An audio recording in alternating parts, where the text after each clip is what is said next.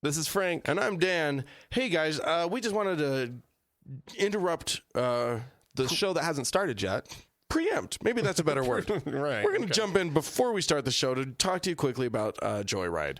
Joyride, we're doing a campaign to raise funds for the show there. Yeah, we're quickly approaching our first goal, which is $350 a month. Right. We're in the 200s at the moment. So you guys can push us over the top on that. We can probably do it this week if you push hard. Yeah. And if more of the ladies come out, that's right. We're looking for your support. We're going to do a ladies only meetup. Yeah. On the intertubes. Yeah. If you guys can surpass the men, because you guys have been slacking. Yeah, but only the ladies who donate. Doesn't matter how much you donate.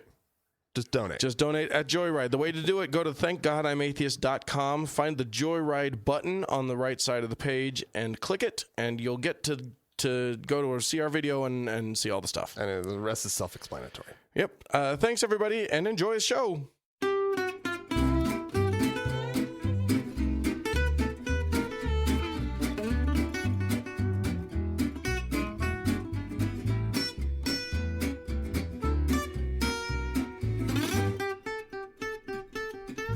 Hey, everybody. Hi, guys. Well, from Salt Lake City, Utah, It's Thank God I'm Atheist. the podcast. I'm Frank. And I'm Dan. And coming up today, we're gonna try to debunk Mormonism. Are we? Or I like to think of it as we're going to talk about what to do when the Mormons come to your door. No. The mission Mormonaries, as my mom they're- used to jokingly call them. Oh. We're going to talk about them. And hey, we might delve into the Jehovah's Witnesses. No. You never know what we're going to get into. It's a madhouse. It's gonna be just crazy town. Crazy town. It's nuts. It's nuts. I'm gonna start us off though. Let's do. With some other stuff, because that's not what we're talking about. We're first, right up front, we do our stories. So here's one. A really interesting article was published on the on Reveal. Oh, what's that? RevealNews.org. It's just a sort of an investigative journalism sort of site. Oh, okay. And it's about the Jehovah's Witnesses. Oh. The J-Dubs, as we like to call them. They're, okay. Like the Mormons, they like to go door to door and proselytize and tell everybody how badly they're doing at being good people and stuff. Here's how badly they're doing at being good people. Oh no. Apparently, this reporter has obtained several internal documents detailing how the centralized organization, the Watchtower of the J-Dubs, has decided that it can handle all child sexual crime internally. Oh no. So they've learned no lessons from other larger churches. Kidding. Like this. At this point, this is a no-brainer as to how to handle it. Yeah, you'd think. No, there's apparently been a very pervasive issue of them handling all of the like they decide who they think is a quote predator. They don't report them to the police. They handle it all internally. They watch them. They watch them. Okay. Okay. Well, they're not watching them molesting the children. Come on now. That's not where I was going. Seems like where you were going, Frank. It was definitely a voyeuristic thing that I was going for, but that's not where my mind went, because that's horrible. Right. That is horrible. No, they keep their eye on the predators, but they say that witnesses have been systematically instructed, or the witnesses. That's as in the Jehovah's Witnesses. As in the Jehovah's Witnesses. It took me a second to figure that out. I'm like, not the witnesses to the crime. Right, exactly, right. Yes. They have systematically instructed their elders and other leaders to keep child sexual abuse confidential while collecting detailed information on congregants who prey on children. Oh, God. So we're not just talking about elders of the church or church leaders doing this. Right. Just congregants. Wow. They're handling this internally. Wow. Yeah. That's really disturbing. and super illegal. Yeah. Like, in no way is there anything legal about that. Yeah, no. So, Well, and yeah, that's really strikingly stupid considering the Catholics yeah. and anybody else who's flown a little too close to this flame. You know, Yeah, it's. I mean, all of these organizations, every church out there has a problem with this. well, because they see their authority, Dan, as being that's what's important, Right. Is the fact that they have their special connection to God, Right, and God's so- a higher authority than Yeah, and some the J-Dubs government. totally believe that. Oh, for sure. I mean, they don't salute the flag, they don't say the Pledge of Allegiance, you know, They don't do none of that. none of it. No, Jerks. they refuse because they're jerks. Yeah, they're conscientious objectors. All of which I support them on. Like that's Actually, those I'm that's kinda fine with I'm all of actually that, kind of yeah. fine, but It's why. yeah, they're doing do it because not for any sort of political reason or enlightened sort of no state yeah, of mind. Yeah, this isn't like a progressive standing their ground. This is them saying, "Oh no, we don't recognize you Right. as having any authority over us." Right. Ugh. Well, go find, Jehovah's Witness Island and take that over. Because if you live Gross. in this country or in any because the Jehovah's Witnesses are all over the world now. Yeah. Any civilized country, you can't do that. No. That's just not acceptable. Yeah. Anyway. Well, I have a very, very, very sad story here. oh no.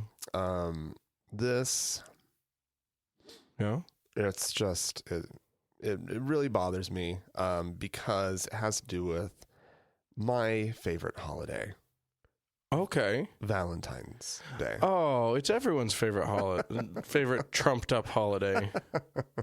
Or V-Day, right? Right. People, Or what's the one that's getting traction now from Parks and Rec? Galentine's Day, where okay. the gals just get together and do fun. themselves. That's a great idea. Yeah. A way better way to spend a Valentine's Day than by having,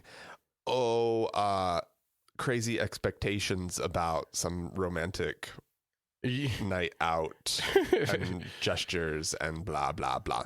Well, it turns out that the stress, I guess, of, these heightened expectations lead to an uptick in divorce rates, divorces that get filed right after Valentine's Day. Oh no! It's just so sad. That's great. Apparently, what happens? I mean, it actually makes sense. Yeah. You've had this holiday. You've had this thing that's been building up, and then it's something of a letdown. Yeah. And the things that have been rattling around, the dissatisfaction that's been rattling around in your head. Tell you what, it's a wake the up straw call. that breaks the camel's. Yeah, absolutely. A wake up call. Just makes you aware. Oh, maybe and we don't really want this. There's a who is this? Chief Communications Officer for I don't know what for, to be honest. For Valentine's Day. It says it's been in their heads for a while, and something snaps on Valentine's Day. Oh no, it snaps. But apparently, this is actually a really common thing for any sort of holiday. Breakups are really common after the New Year. Oh, my resolution is not to be married to you anymore. That's exactly what it is. And apparently, for some reason, going into summer was also cited as like a moment when, they're just like, sweetheart, I think people you start just didn't get beach ready this year. Exactly. And, People start seeing all those bikini and board shorts clad hotties out there, and they're just like, they look back at what they got at home, and they're no, not going to do it this year. No, I've been working hard. He or she has not. It's time to move on. Yeah. No, actually, it's so funny because I know that what I'm supposed to do is lament this phenomenon. But the fact of the matter is, I'm a huge fan of divorce. No, yeah, I know. I'm like a huge fan of divorce. Yeah. It's not like I'm a huge fan of like everybody getting divorced, but I think it was it Louis C.K. that pointed out that like no good marriage ends in divorce. Right, exactly. Like you're not in the middle of a great marriage and suddenly you're like, oh shit, we just got divorced. Damn it. Right. How did that happen? Right. Yeah. It's the right reaction to I'm getting a divorce is not necessarily, oh. No. I say congratulations. I haven't gotten in trouble yet. You can get in trouble with that one because, there are people who are in the throes of a very difficult time. Difficult divorce, and perhaps maybe not on the side of it that is as happy as the other side. Right. Usually there's one person who's more happy about it than another, but not always. Yeah. But no matter what, like even if you really wanted to stay married, congratulations, you're no longer married to someone who doesn't want to be married to you. Mm-hmm. That's great. Yeah. Anyway. Yeah. So yeah, let's have more holidays so that we can break up some more marriages. Yeah, I guess divorce attorneys though, they just start they anticipate it. They gear up. They gear up for Valentine's Day, New Year's Eve, and other special days. Yeah. Apparently, also a lot of this is just people wait until after special days. Oh, because right. There's that impulse to like, well, I don't want to like ruin their birthday. Right. You know, I mean, they, and I also wonder if there's care like for the person on some level. I wonder if there are people who are like, I'm going to give them this one last chance, and if they fuck up this Valentine's, it's over. Mm-hmm. Or they get me one more stupid gift for Christmas. Right. Exactly. Yeah. I get a bowling ball with his name on it this time. It's over. If I once again can tell that he doesn't know or understand me because of the gifts. Oh, good Lord. Go get a divorce, everybody. Anyway, okay, I'm going to move on to your old stomping grounds. What? The great state of California? The great state of Oklahoma. Oh, no. Flowing font of fodder for us, if nothing else. Unfortunately, yeah. They're a senator, state senator there. Oh, yeah? Representative Dan Fisher has forwarded a bill to ban the advanced placement U.S. history test and class. I'm sorry, what? Yeah, he doesn't like that very much. He doesn't like history? He doesn't like AP history? AP history very much. What's wrong with AP history? Well, apparently... Isn't this how kids can get, like, college credit, Yeah. in high school? Sure, they can get college credit in high school for learning something negative. Oh, okay. Apparently, this all starts with retired high school history teacher Larry S. Krieger, who was trying to out there fighting this test. No, because it has a quote consistently negative view of American history that highlights oppressors and exploiters. Isn't that the case with American history? There's good stuff too, Frank. Well, why not just put a positive spin on exploitation? It got us where we are today. Look at how.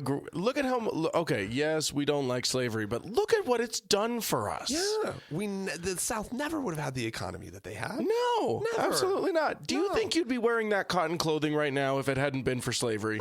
Or smoking those cigarettes, wiping out the American, Indians. Right. Well, and we needed all this land, Frank, for something. You just tiptoed into another negative part of history.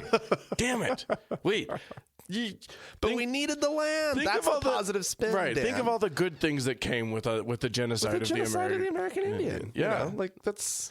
Yeah, why are they so negative about everything? I don't know. It's really unfair.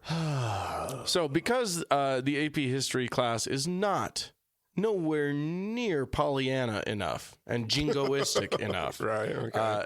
What has been proposed is that AP fantasy class? They take away the AP history class and replace it with a foundational documents instruction. Oh dear God! And who gets to choose these documents? He does. The senator,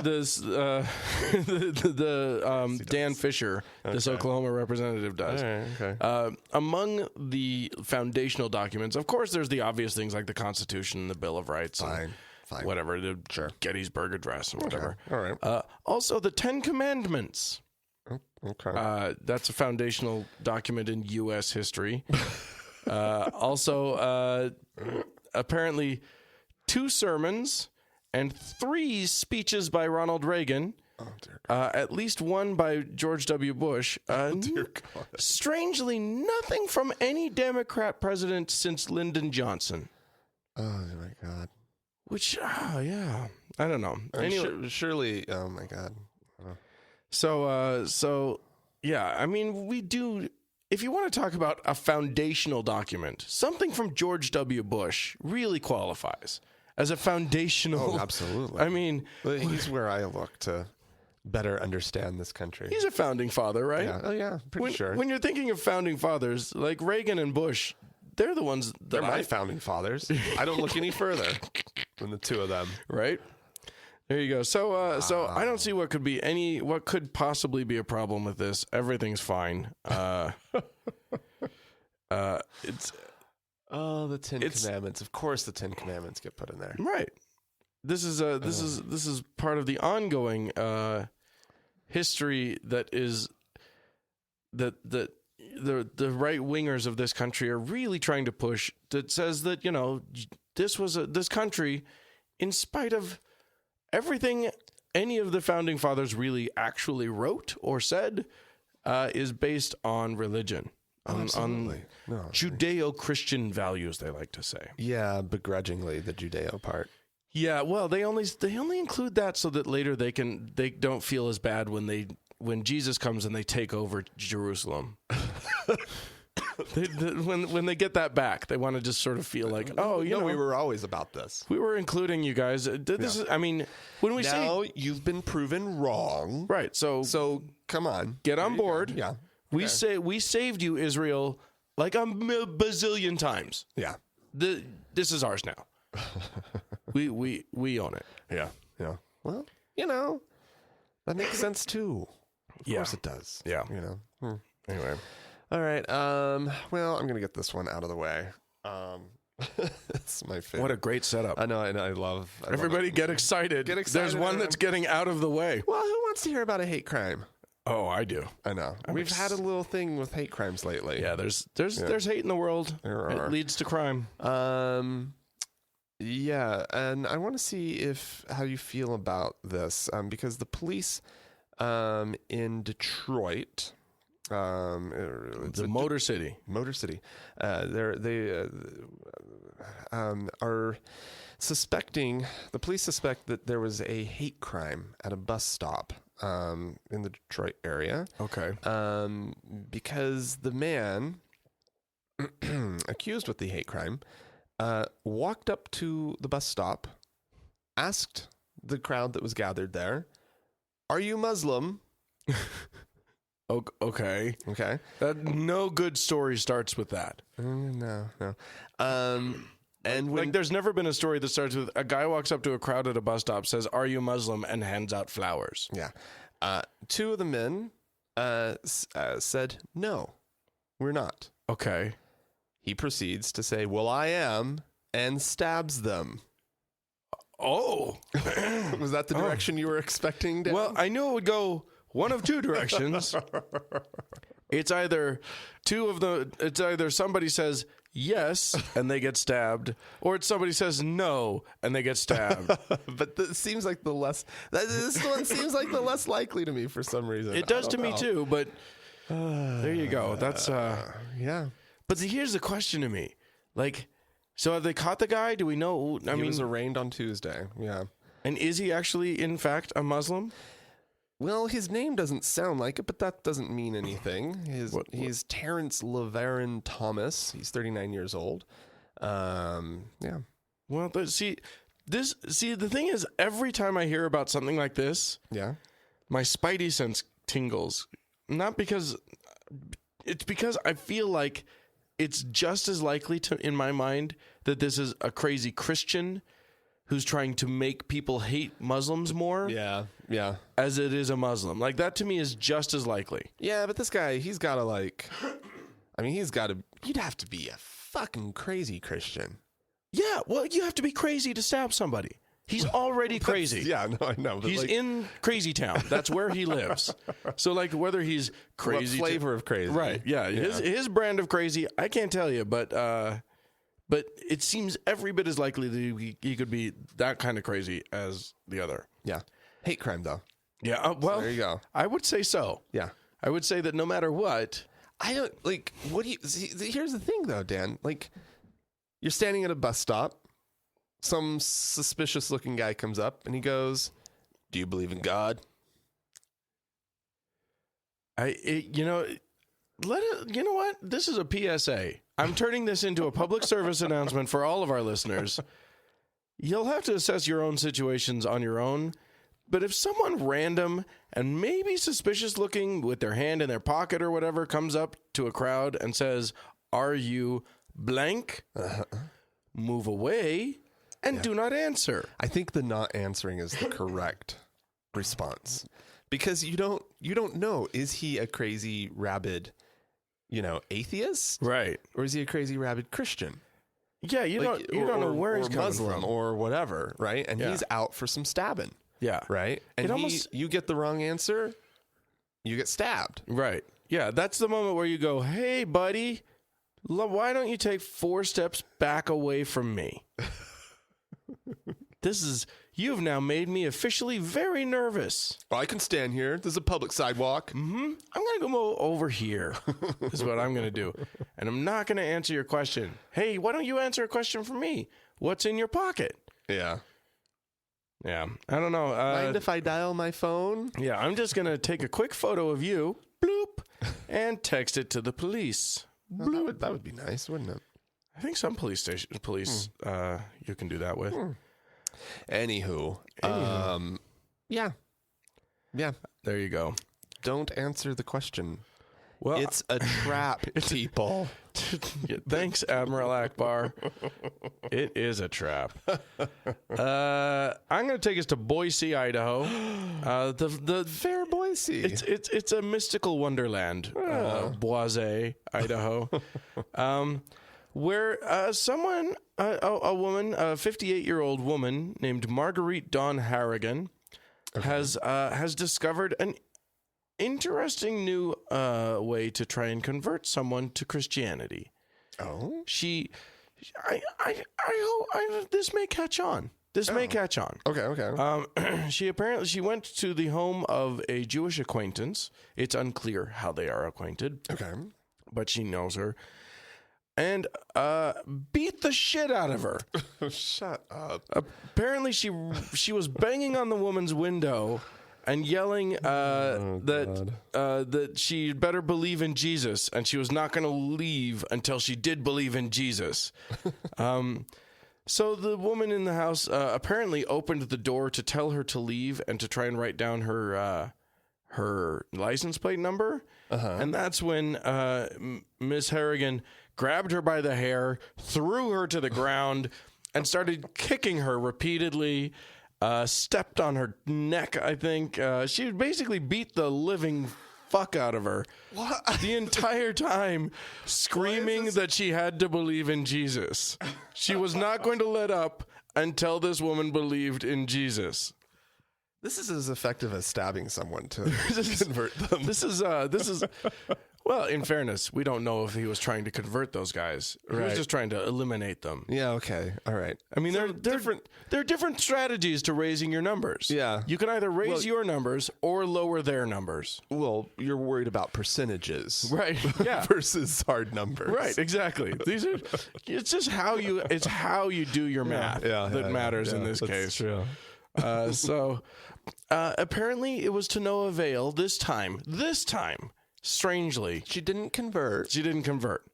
It's kind of weird. It's kind of weird. Another PSA for our listeners. Hey, if someone's beating you up and telling you have to believe in Jesus, tell them you believe in Jesus. I believe. It'll be okay. You can tell you're allowed to lie to an attacker. Okay. I believe in Jesus. It worked. Oh, he's spoken to me.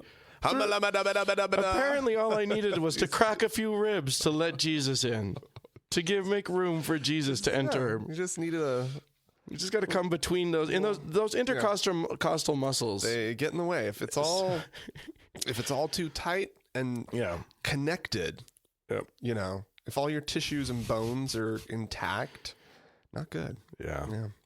Wow. It sometimes takes, you know, the Lord does work in mysterious ways. Right. And you know, it generally often, through bruising and it often takes multiple contacts with, you know, a specific group before you start to like hear their message. Right. So this is one of them. And boy, did she get multiple contacts. Yeah. Oh boy. All right. Well, I've got one more. Yeah. This comes to us from Mississippi. Good things from Mississippi. Hooray. This is some lawmakers have proposed not even proposed, it passed their house, this law. It's being called the Jesus Take the Wheel Act by detractors. And the reason that it's being called Jesus Take the Wheel is because they are changing their driver's license law to no longer require a CDL, a certified or a commercial driver's license, right? For anyone driving a church bus up to 30 passengers. Oh, sweet Jesus.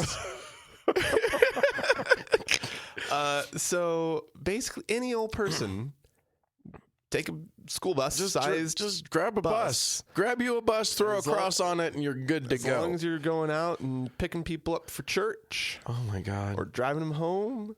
Right. Driving kids around. Driving children, sure. Yeah. That's obviously a thing. That's... You can just hop right in, fire it up, you know, and not you have to jump through these horrible hoops required when getting a commercial driver's license. Yeah, it's such a pain in the ass. Why would we ask it of a church group when God is protecting them? Yeah, Jesus will protect them. Here's the problem, though. Yeah. It probably won't protect the people in the car that was in your very large blind spot that you go careening into as you change lanes or turn or whatever. And those people may not be protected. Hey, you know what? If they don't got Jesus, what can we do? Well, that's not my fault.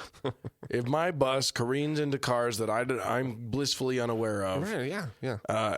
And Jesus is helping me out, that's on you. Yeah, no, it really, really, really is. Car.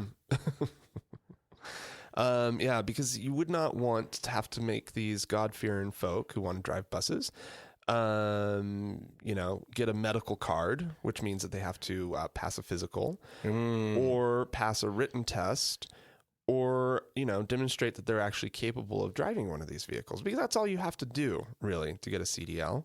But, you know, there are those who believe that this is too high of a burden to place onto medium-sized churches. They really don't think that this is going to affect small churches because they probably don't have buses. And the large ones will probably just continue going forward with, you know... With getting the CDL? You know, yeah, good safety procedures. Yeah. It's those medium churches that don't... churches, they're just being... Safety is such a burden for them. Disadvantage that's being placed, you know, directly on them by having to, It's just tragic. It's just horrible. So the good people in the Mississippi State House have passed this law, and they're looking out for those folk. Oh, well, that's nice. Let's not go to Mississippi anymore. I think it's one more reason. Yeah, that's just another good reason. Yet another good, yeah. Not to go to Mississippi. Is the fact that you will die in an accident with a bus. Right. Well, if Jesus is your co-pilot, You can write and tell us about it. You can write to us at podcast@thankgodimatheist.com. Or you can leave us a voicemail at 424-666-8442. Right. Go to the Facebook page, facebook.com/TGIAtheist. Or you can find the TGIA Members Only Lounge on Facebook by searching for TGIA. It's a very exclusive club, but we may let you in if you're lucky. Possibly. Also, if you're a person. All right. Well, we're going to take a quick break. And this is one Mr. Pat Robertson. This is Cynthia, who says, my daughter is pregnant with her first child, my first grandchild, and obviously there's a lot of rejoicing and excitement. Young parents now regularly post fetal ultrasound photos on their Facebook Facebook photo. From a spiritual point of view, is there any harm in doing this? Please give me your thoughts on this. I don't think there's any harm in it, but I tell you, there are demons and there are evil people in the world, and you post a picture like that and some cultist gets hold of it, a coven, and they begin muttering curses against an unborn child. I just don't think that this business of, posting the most intimate parts of your body on Facebook, I just can't see it. To me, it's abhorrent, but it isn't necessarily unbiblical. It's just abhorrent. Right? And maybe unwise, as you said. You need to think that through. You never can tell what somebody's going to do. Yeah. All right. It's abhorrent. You have to protect your baby from those covens that would be casting... Here's the thing. I've met some witches in my day. They basically just troll Facebook looking for photos of unborn children to cast evil spells on. Really, sort of any medical imaging. They're really just drawn to it. Yeah, don't post your MRI up there. Oh dear, they'll go straight for your brain. Your brain will get a curse, and then you're toast. Once you get brain curse. I don't know if you guys have ever had that. It's like brain freeze a little bit. Yeah. Maybe that's what brain freeze is. It's a witch's hex. Yeah. That's activated by Slurpee. No, that makes sense. Yeah. Totally makes sense. Slurpee activated. Slurpee activated hexing. I just love that. Here's what I love. What I adore is that the Christian community is to the point where they have to ask somebody that they feel is an authority whether it's okay to post a picture of a fetus on Facebook. Like, how needy of a person do you, like, how incapable are you of just like leading your own life? Yeah, just making any decision whatsoever. Yeah, exactly. Sort this out. You've got you've got to learn to make some decisions. Right. Yeah. No, they don't. No, they don't want to. You pray about whether you should take that new job. Yeah. So you're not really even like weighing, the real pros and cons. No. You're just saying it's just about a feeling. Yeah. You get this nice, good feeling, Yeah, That's how they lead their lives. Well, and it's never just because they figured it out. Right. Well, the thing is it's kind of a clever psychological trick, right? You make it not about you, and all you're really doing is exposing your own intuition and your own desires about the thing. Well, that's true. So, that is true. Sometimes it's hard to get to what you really want out of a situation. So like you go through. So like that's actually maybe interesting, but let's call it what it is. Like, come on, it's not. Yeah, my sister-in-law. I got news for you. There's not another baby in heaven that needs to be born. You just like having babies. Yeah. And not for nothing, but you don't like having older kids. So you do know that they all turn into that eventually, right? Oh no. Yeah, she keeps the new ones. She loves babies. Right. So she keeps getting pregnant for a baby. Right. So she can have one around. I think it helps her deal with the fact that she's got these other monsters running around. I love my nephews, but they're hellions. Right. So what's that poor last one is just going to... Oh, my God. Yeah. Huh. Yeah. Well, okay. There you go. Huh. But it's because she prayed and there was another soul. Baby? This is a Mormon thing. There was another baby in heaven? There was another soul in heaven that was prepared for her. Right. Yeah. Or what would happen if you didn't claim one of those souls? It's stuck there forever. Is They get sent off to some like war ravaged region where they're gonna die or starve. Or it's the heavenly orphanage. They're stuck as spirits forever, disembodied spirits.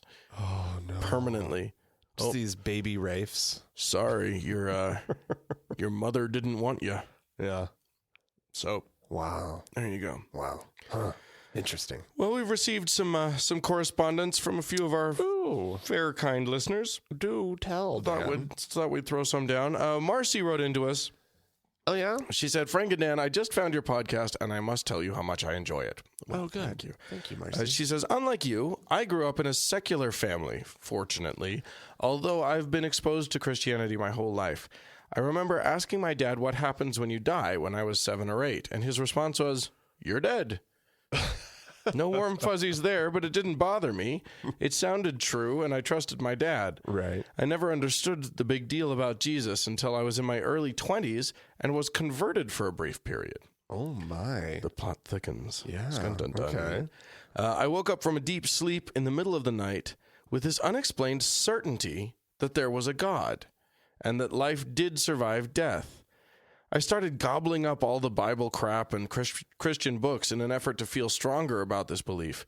I seriously fell in love with the Left Behind books, and I was sure that I would be included in the rapture. Then, for no apparent reason, I started to slide back into my non-belief, and life was normal once again. My brain just simply won't allow me to stay in that altered state of hocus-pocus baloney. Huh. Interesting. I just thought that was so fascinating. The concept of I mean, it really does say something about, like, there's a psychological thing happening with belief. With belief. Yeah, of course. I mean, there have been lots of studies that show that human beings are actually pre-programmed. We're like genetically programmed for belief. Right. For like superstition and belief in something bigger and all of this stuff. But it is fascinating, isn't it, that someone could just like wake up one day and be like, oh yeah, God. Totally makes sense now. Totally got it. Well, yeah. Yeah, I can't imagine. I hope that never happens to me. Oh, I don't think I think we're pretty well fortified at this point. Yeah? You think we're inoculated against it through... Well, we already were there. Hours and hours of podcasting? Well, no, I think it's more about like the hours and hours and hours and hours and hours and hours deprogramming that we spent in the church. Yeah. Oh, yeah, that too. Like when you've been a believer... And you know how fucking boring it is. And then you look at, I think once you've been a believer and you've taken it seriously, right, and then you deconvert, right, and you look back on it, yeah, it looks stupid. Maybe for Marcy it was actually a problem that she was never raised in a religion, because she didn't have that background to like look at it and go, oh shit, no, that's just ridiculous. I don't know.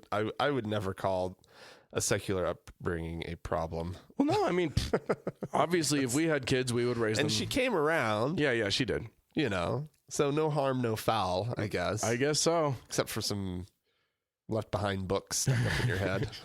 Which have now been left behind themselves. I'm sure. All right. This next one is from Zachary, who writes in, hey, Frank and Dan, recently I've begun to try to re-examine my belief as objectively as possible. I think that it is very important to give every view a fair shake.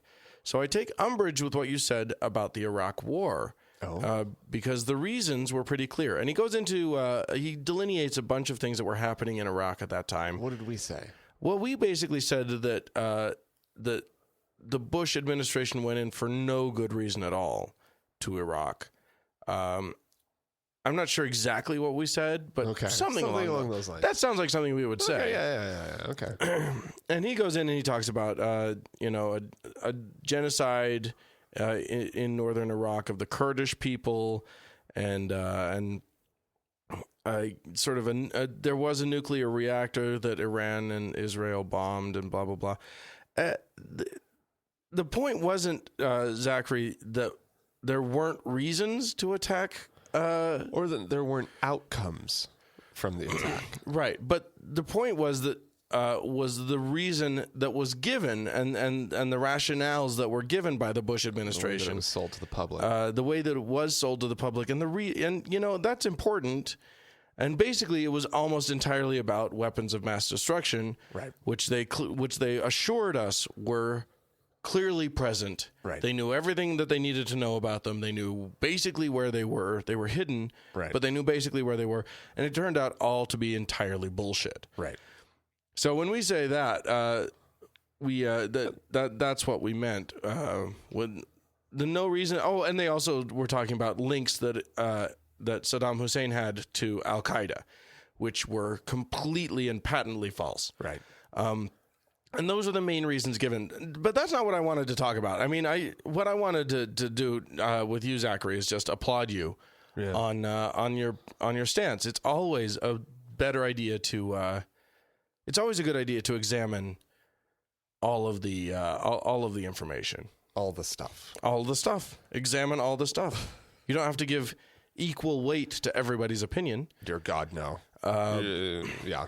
But it's good to look at everything and have a discerning eye and question your own beliefs. That's always a good idea. Fantastic. So great job on that. I wanted to thank some donors. You and I yes, both have please, some people to thank. Let's see. I got Susan who gave us a one-time donation. Stuart gave us a very generous one-time donation. Yeah, Really I saw appreciate that. That's amazing. Thank you, Stuart. Aida, I'm going to say. How's it spelled? Aid, AIDE, Oh. but I'm guessing it's not aid. No, I wouldn't think so either. Aida, sure. Is now a monthly subscriber on PayPal. Ah. So thank you all so much for that. And then we have a bunch of Joyride people, right? Yes, and these are the new folk. So here's the deal. We noticed that there were a lot of men Yeah. that were donating on Joyride for whatever reason. It was very, very lopsided and continues to be. But these fine ladies have. We put out a call. Yeah, we put out a call and said, hey, if you can turn these numbers around, if you can come in and beat the men at this whole thing, get more donations in than the men on Joyride, then we will do a private hangout on a ladies only Google Hangout, and you can all participate in it, and that'd be great. Yeah, all the ladies. How are they doing? Well, we got Carla, Tara, Marcy, Karen, Amber, and possibly Chris. Oh, Chris could go either way. Chris could go either way. So we'll need clarifications from Chris who donated this week, male or female. We should have something for the guys if they win. No, the guys just get to continue being like guys. They have the male privilege. They get to just continue being men. Male privilege. This is a topic that's caused a tiny bit of controversy on the members only lounge. Oh no! Trust me, you do have it. If you're a guy, you've got the male privilege. It. Privilege is hard to identify in oneself. It is. It's very hard. It's tricky. And there may or may not have been one other donor. Oh. So if I didn't mention your name and you deserve to be your name mentioned, please point it out. Because as is always the case, this is a very, very difficult thing, keeping track of names. For whatever reason, mentioned. It becomes very hard. Nobody's making it easy for us. PayPal didn't make it easy for us. There are 28 donors on Joyride, Dan. That's a lot to keep track of. It's a lot to keep track of, but it's not enough. We need more. Anyway, just so you guys know, if you do donate on Joyride, so the whole hangout thing is a thing. If you donate at a certain level, you get to participate in a monthly hangout, no matter what. Yeah, male or female. That is correct. But that's one of the many different rewards that you can get on Joyride for contributing to us on Joyride. Yeah. And also, you know what? If you contributed to us in another way and you feel left out of the whole Joyride thing, contact us. Yeah. Let us know. We'll talk to you about it. We want to be fair. We'll figure something out. We'll figure things out. Yeah. So, anywho, you found an interesting article, Franklin. Oh, I did? Yeah. Led us into a whole. Well, it wasn't so much an article as a series of photos that I thought were funny. Oh, okay. They're photos of they're just close-up photos of a book called "How to Answer a Mormon" practical guidelines for what to expect and what to reply when the Mormons come to your door. And then there were 2 photos that went along with that, it sort of has this point of a Christian should initially deal with only one issue when confronting Mormons. This crucial issue is Joseph Smith's claim to be a true prophet of God. And then it goes into this whole thing, right, of how it's like what the Mormon missionaries are going to do. They're trained to give a testimony and so forth and so on. Well, whatever Christian wrote this book, actually his name is Robert Morey, he accuses the Mormons of using a circular argument about Joseph Smith being a prophet and how do you know, right? And this got us kind of laughing. How does it work? Okay, so lay it out for me. So, although they are trained to give their, quote, witness with great sincerity and conviction, it is a prime example of circular reasoning. After the Mormon says, I testify that Joseph Smith is a prophet of God, the Christian should ask, how do you know that he was a prophet of God? The Mormon will reply, because God spoke to him. The Christian should then ask, how do you know that God spoke to him? The Mormon will respond, because he was a prophet of God. The Mormon ends up giving a circular argument. Wow. The Christian must call the Mormon's attention to his circular reasoning and then ask him, how do you know that Joseph Smith was a prophet to whom God spoke? Wow. It's almost like Pete Boghossian is in the room. Oh my God. Here's the thing. Here's the great thing about that. I think almost all of our astute listeners can immediately hear the delightful hypocrisy of that statement. Like, there's this gorgeous lack of self-awareness living in that.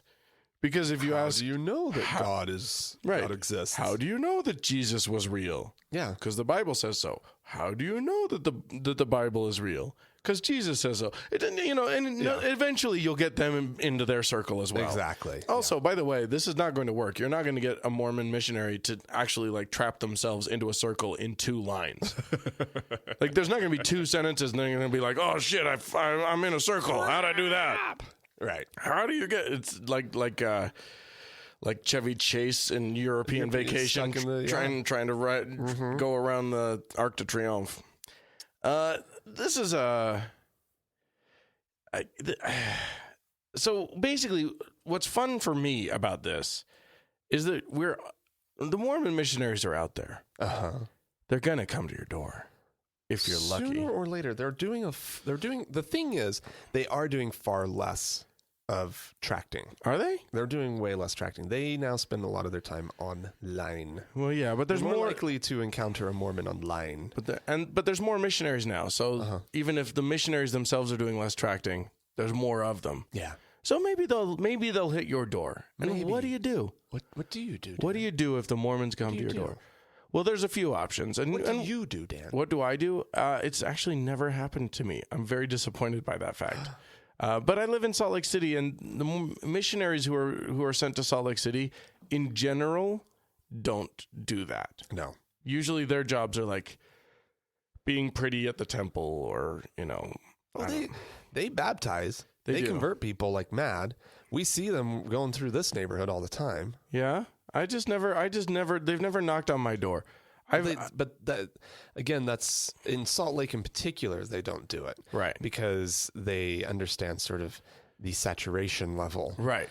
And the fact that you're going to find some really, really, truly annoyed and probably very informed people at the door who are going to be calling these kids out on... Everyone in Utah has picked a side on the Mormon issue, and they're pretty confident on that choice.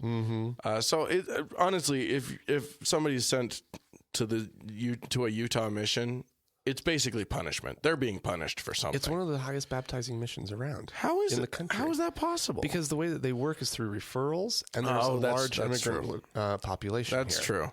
And so they really, really prey on like the refugee community and the Hispanic I think you mean pray for.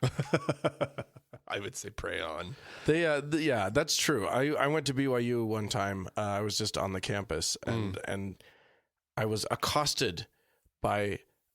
It was like a fair sort of thing happening. Everybody had tables. The Army had a table, a recruitment table. They had blah blah blah, and then there was this table with a bunch of Mormons, with missionaries. And they were like, and first of all, because I looked young enough to be a student, they and I guess I was probably clean shaven at the time. What about your hair, Dan? I know you had long hair. No, this would have been short hair. And probably clean shaven. Okay. So they assumed that I was a student, which meant that they assumed that I was LDS. And they were like, "Hey, do you know anybody that might want to visit from a missionary?" And it was, the whole idea was they're looking for leads to go and visit, to go and harass your friends and neighbors. That's what they want. And I was like, "No, man." And I sort of giggled and laughed and walked away. And the guy was like, "No, wait. Are you LDS?" Like, he sniffed out that I wasn't LDS, and I was like, "No." And he was like, "Hey!" And like suddenly it was like, "Yay! Someone on this campus who's not LDS. What am I gonna do?" He got so excited, and I was in no mood at that point. And that's the first thing is, if you're in no mood, just send them away. This also applies to the J-Dubs. I mean, J-Dubs may come to your door as well. So J-Dubs are much more likely to come to your door these days. And so I think that the main thing is, like, if you're going to be there's no point to being a dick to them. So if but then again, you know what? It's not going to do anything. No, you accomplish nothing. Yeah, you're not going to. They get it all the time. They get people being dicks to them all the time. It's water off a duck's back eventually. Yeah. So what's an interesting thing to do? Because sending them away is probably your best bet. That's like option A. That's like primary option. It's just, "Oh, no thanks, bye." Right. You could say something like, "Please don't ever contact me again. Don't ever come to my door again. Take me off of all of your lists," or whatever. And I don't know if that's a thing.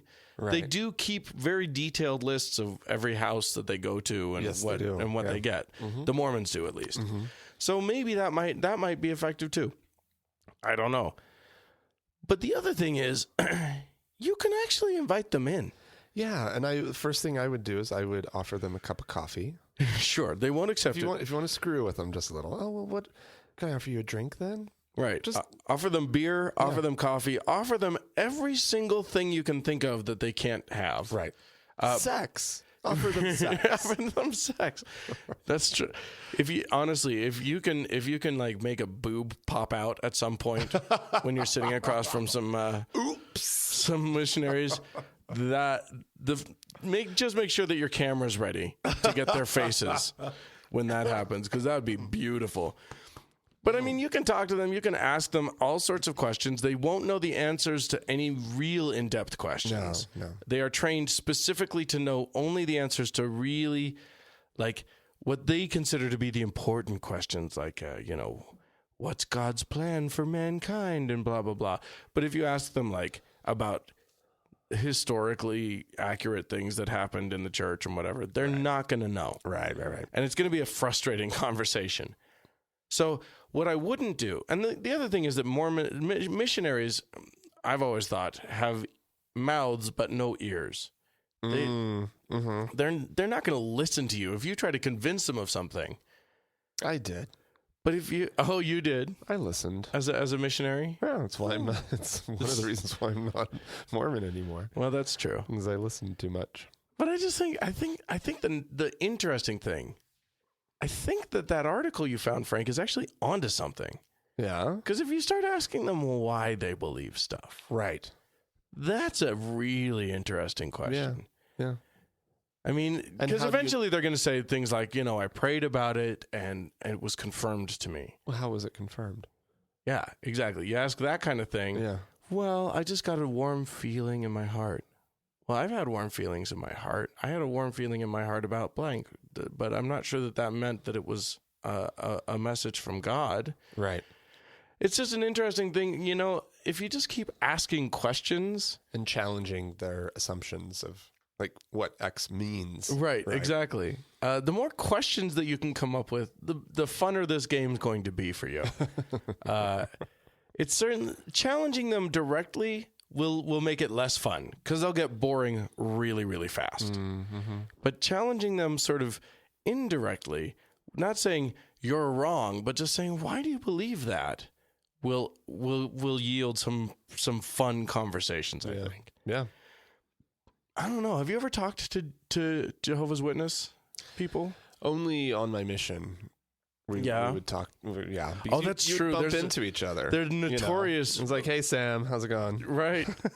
That's right.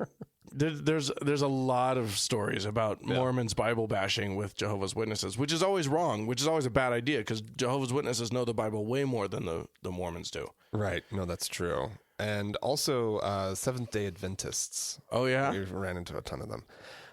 But no, we'd have conversations with them, and they would give us their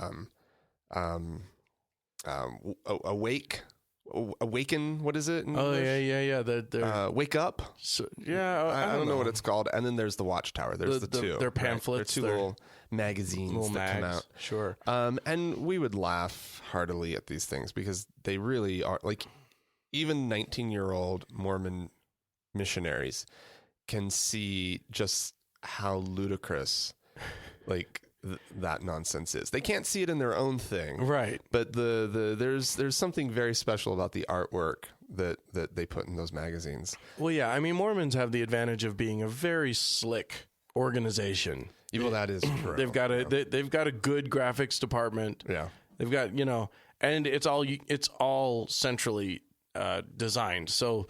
Oh. It's not like the Mormons are handing out anything that was designed by the local congregation. And the J-Dubs definitely do not hand out local stuff. I'm talking about a centrally controlled. That's true. Org. That's true. They do that as well. It's just that the Mormons are better at it. Maybe. J-Dubs are kicking their asses in Europe. Well, that's true. I'm just saying like graphics and stuff. Oh, okay. I'm just saying it looks a lot slicker. Right. But nonetheless, that's beside the point. Yeah, I mean, the J-Dubs... I don't know. I never really had too much fun with them. They're just, I mean, all of this. They're very serious about it. They're so fucking serious about it.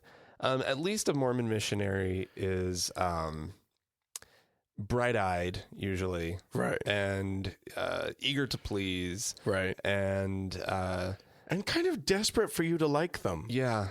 Yeah. There's like this desperation there of like, oh, please don't be mean to me this time. Yeah. Like, let this house be the one where at least they just offer me some lemonade or something. Whereas the J-Dubs often come off as kind of bossy and know-it-all-ish. Right. And they prey on people that way. Yeah. I think the vulnerable. They find different vulnerabilities to prey upon than the Mormons do. Yeah, I think that's good. They're each finding their own different niche. Now, doing good. So how do you feel, Franklin? Because there's this one other aspect of Mormon missionaries that we've talked about a little bit on the show. Oh, which is that the last thing they tend to say to you as they're leaving your house is there anything we can do for you? Oh, yeah. And they mean it. They do mean it. So, they absolutely mean it. If you said, well, my lawn needs mowing, they would say, cool, can we come back tomorrow and do that for you? Yeah. How are you feeling about having the Mormon missionaries just do some shit for you? Well, where do you stand on that line?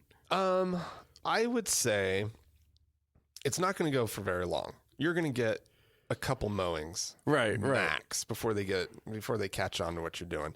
Because they want a quid pro quo of you listening to their message or whatever. Like here's the deal: if you fed them and asked them to do the some chores around the house, and it was all just sort of very amicable, you could probably string them along for quite a while. Because while feeding them, you would have conversations, and they would feel like they're getting some work in, right? Right. And especially if you didn't put up lots of barriers, and you just kept talking and asking sincere listening. questions and listening to their answers to your sincere questions, and blah, blah, blah. You probably could get that going for quite a while. It's true. You could Quite have a while. And Especially if you had a bum knee. Absolutely. Quote unquote bum knee. Right. That you just couldn't take care of your yard for the summer. Let me tell you something. They would. The thing is, the thing about these guys is that like they're spending 2 years of their lives out. They're either going to be bothering people with their religion, or they're going to be doing service, or they're going to be mowing your lawn. You might as well let them help you out. Especially like listeners out there who are in some way disabled. Yeah. You know, my back is out right now. I've got a back injury. I kind of think it's a great idea to, you know, if you're moving, get a bunch they of. will help you move. They're 19 years old. They can lift everything. No. But there's just this deep rooted thing with Mormons that they will help you move. Oh yeah, they'll get the adults. They'll get the elders involved. The elders quorum of the local ward will show up. There will be 20 to 30 somethings at your door on moving day. Yeah. I say do it. Yeah. When I was a kid, we had just moved into a new ward. Right. And my dad was always just so gung-ho to just like help out and get involved and do all that stuff. And there was a family moving out of the ward. Yeah. And so he was like, I'll come help, you know. So he gets the address, you know, the time, blah, blah, blah. And he's driving through the neighborhood and there's the truck and he pulls up and, hey, I'm here to help, blah, blah, blah. Hey, I'm Frank, blah, blah, blah, you know. And, you know, he's a fairly gregarious guy and just started just conversation and this and that. No, I'm actually new to the area too and blah, blah, blah. Or I'm actually new to the area, you know. I guess we'll never really, you know, this is the one time we're going to cross paths, that kind of stuff. And then they took a break and all the beers came out. He'd been helping the wrong family. I fucking love it. But that's sort of like whenever asked, he would like go move furniture. It's a cool aesthetic that the Mormons have, actually, or ethic rather. That the Mormons have. It's kind of like being in a mafia.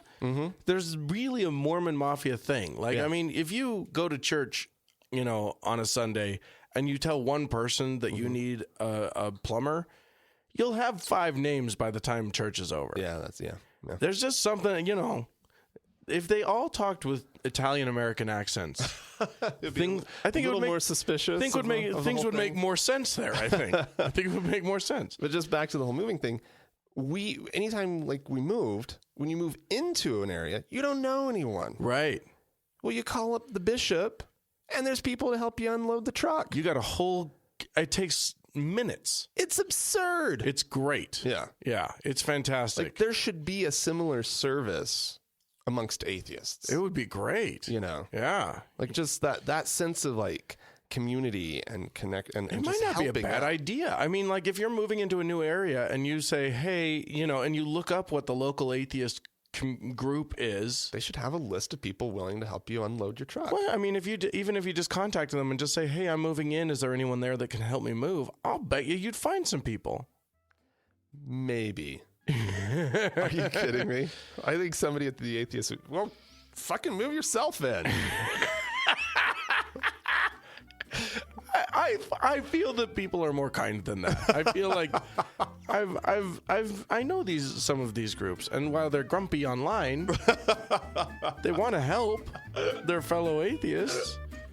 Anyway, if you guys have some stories about encounters with the J-Dubs, the Mormons, the people that come to your door hoping to convert you, possibly through violent means. Yeah, not the Mormons, but apparently that one lady in Idaho. Ooh.